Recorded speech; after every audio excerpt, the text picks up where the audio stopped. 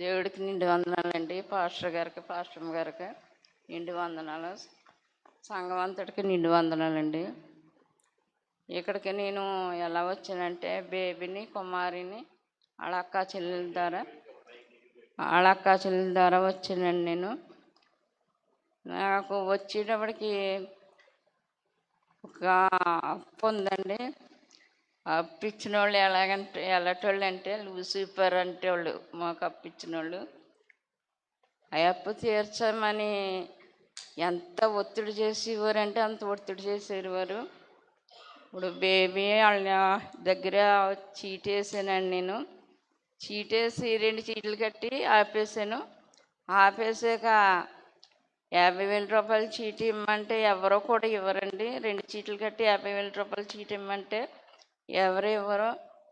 అయినా సరే మీరు ఎలాగ అడుగుతున్నారు, 2 చీట్లు కట్టి 50,000 ఎలాగ అడుగుతున్నారని అన్నా సరే, ఇందాక పాస్టమ్ గారు వాక్యం చెప్పారు కదండి, ముందు ప్రార్థన చేసి తర్వాత కనిపెట్టమన్నారు కదా, అలాగే ప్రార్థన చేసేదానండి. ఆ బేబీ డబ్బులు ఇచ్చేదాకా అలాగే కనిపెట్టేదానండి. ఆ అప్పు తీర్చే ప్రభువా, లూదియా హృదయం తెరిచిన దేవుడు, ఆ అమ్మ తల్లి పిల్ల హృదయం తెరిచి ఆ డబ్బులు ఇప్పించి ఆ అప్పు తీర్చమని అలాగే ప్రార్థన చేసుకునేదానండి.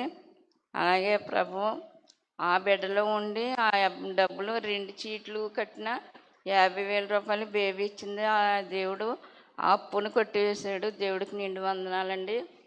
ఇక్కడ ప్రార్థన చేసుకుని లైన్ చూసేవారండి వాళ్ళు.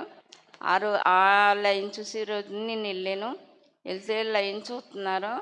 ఈ పాస్టర్ గారు ఎవరని అడిగితే, పలానా పాస్టర్ గారండి, అక్కడికి వెళ్తాం, చాలా బాగా చెప్తారు, తెల్లవారుజామున 3 గంటలకి లేచి ప్రార్థన చేసుకుంటాం, ఆ ప్రార్థన చేస్తే ఆ కార్యాలన్నీ జరుగుతాయని అన్నారు.